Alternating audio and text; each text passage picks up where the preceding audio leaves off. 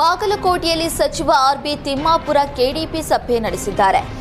ಈ ವೇಳೆ ಸಭೆಯಲ್ಲಿ ಕೃಷಿ ಇಲಾಖೆ ವಿವಿಧ ಕೆಲಸಗಳ ಬಗ್ಗೆ ಮಾಹಿತಿ ಕೇಳಿದ್ದಾರೆ. ಸಮರ್ಪಕ ಉತ್ತರ ನೀಡದ ಹಿನ್ನೆಲೆ ಅಧಿಕಾರಿಯನ್ನ ತಿಮ್ಮಾಪುರ ಹೊರ ಕಳಿಸಿದ್ದಾರೆ.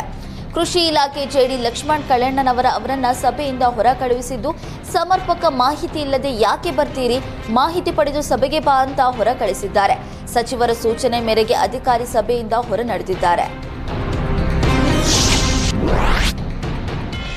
ಸಂಸತ್ತಿನಲ್ಲಿ ಅಂಬೇಡ್ಕರ್ ಕುರಿತು ಅವಹೇಳನಕಾರಿ ಹೇಳಿಕೆ ವಿಚಾರಕ್ಕೆ ಸಂಬಂಧಪಟ್ಟಂತೆ ಕೇಂದ್ರ ಗೃಹ ಸಚಿವ ಅಮಿತ್ ಶಾರನ್ನ ಸಂಪುಟದಿಂದ ವಜಾ ಮಾಡಬೇಕು ಅಂತ ದಲಿತ ಸಂಘರ್ಷ ಸಮಿತಿ ಪ್ರತಿಭಟನೆ ಹಮ್ಮಿಕೊಂಡಿದೆ. ಬೆಂಗಳೂರಿನ ಫ್ರೀಡಂ ಪಾರ್ಕ್ನಲ್ಲಿ ಪ್ರತಿಭಟನೆ ನಡೆಸಲಿದೆ. ಪ್ರತಿಭಟನಾ ಸಭೆಯಲ್ಲಿ ಉಡುಪಿಯ ಸುಮಾರು 1,000 ಜನ ಭಾಗಿಯಾಗಲಿದ್ದಾರೆ ಎಂದು ದಲಿತ ಸಂಘರ್ಷ ಸಮಿತಿಯ ಜಿಲ್ಲಾ ಸಂಚಾಲಕ ಮಂಜುನಾಥ್ ಗಿಳಿಯಾರ್ ಮಾಹಿತಿ ನೀಡಿದ್ದಾರೆ. ಅಂಬೇಡ್ಕರ್ ಅವರಿಗೆ ಅವಮಾನ ಮಾಡಿರುವ ಕೇಂದ್ರ ಗೃಹ ಸಚಿವ ಅಮಿತ್ ಶಾ ಕೂಡಲೇ ರಾಜೀನಾಮೆ ನೀಡಬೇಕು. ಅಂಬೇಡ್ಕರ್ ಅವಮಾನಿಸುವ ಮೂಲಕ ಅಮಿತ್ ಶಾ ಪ್ರಪಂಚದ ಕೋಟ್ಯಾಂತರ ಜನರ ಮನಸ್ಸನ್ನ ಘಾಸಿಗೊಳಿಸಿದ್ದಾರೆ. ಹೀಗಾಗಿ ಅವರು ಅಂಬೇಡ್ಕರ್ ಪ್ರತಿಮೆಯ ಮುಂದೆ ಮಂಡಿಯೂರಿ ದೇಶದ ಜನರ ಕ್ಷಮೆಯಾಚಿಸಬೇಕು ಅಂತ ಒತ್ತಾಯಿಸಿದರು.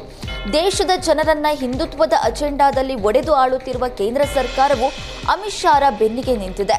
ಅವರನ್ನ ಏನೂ ಮಾಡೋದಕ್ಕೆ ಆಗಲ್ಲ ಎಂಬ ದಾಷ್ಟ್ಯ ಮನೋಭಾವದಲ್ಲಿದೆ ಎಂದು ಕಿಡಿಕಾರಿದರು. ಗೋವುಗಳ ಮೇಲೆ ಹಿಂಸಾಚಾರ ಹೆಚ್ಚಾಗ್ತಾ ಇದೆ. ಆದ್ದರಿಂದ ಉಡುಪಿಯ ಪೇಜಾವರ ಮಠದ ಶ್ರೀ ವಿಶ್ವಪ್ರಸನ್ನ ತೀರ್ಥ ಸ್ವಾಮೀಜಿ ಒಂದು ವಾರದ ಗೋ ಸಂರಕ್ಷಣಾ ಅಭಿಯಾನಕ್ಕೆ ಬೆಂಗಳೂರಿನ ಪೂರ್ಣಪ್ರಜ್ಞಾ ವಿದ್ಯಾಪೀಠದಲ್ಲಿ ಚಾಲನೆ ನೀಡಲಿದ್ದಾರೆ. ಏಕದಿನದ ಉಪವಾಸ ಸಹಿತ ವಿವಿಧ ಧಾರ್ಮಿಕ ಅಭಿಯಾನಗಳನ್ನು ಈ ಹೋರಾಟ ಒಳಗೊಂಡಿರುತ್ತೆ. ಇಂದಿನಿಂದ 29ನೇ ತಾರೀಕಿನವರೆಗೆ ನಾಡಿನ ವಿವಿಧ ಮಠ ಮಂದಿರಗಳು ಹಾಗೂ ಮನೆಗಳಲ್ಲಿ ವಿಷ್ಣು ಸಹಸ್ರನಾಮ ಹಾಗೂ ಶಿವ ಪಂಚಾಕ್ಷರ ಮಂತ್ರ ನಡೆಸುವಂತೆ ಶ್ರೀಗಳು ಕರೆ ನೀಡಿದ್ದಾರೆ. ಗೋವುಗಳ ಸುರಕ್ಷತೆಗೆ ಪ್ರಾರ್ಥಿಸಿ ಈ ಅಭಿಯಾನ ನಡೆಸುವಂತೆ ಹೇಳಿದ್ದಾರೆ.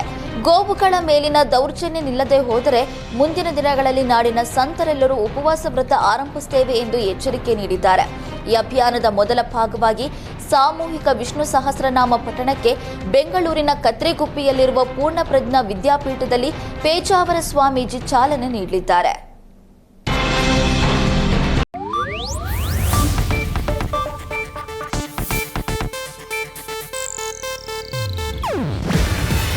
ಇದು ಏಷ್ಯಾನೆಟ್ ನ್ಯೂಸ್ ನೆಟ್ವರ್ಕ್ ಪ್ರಸ್ತುತಿ. ನೀವು ನೋಡ್ತಿದ್ದೀರಾ ಏಷ್ಯಾನೆಟ್ ಸುವರ್ಣ ನ್ಯೂಸ್.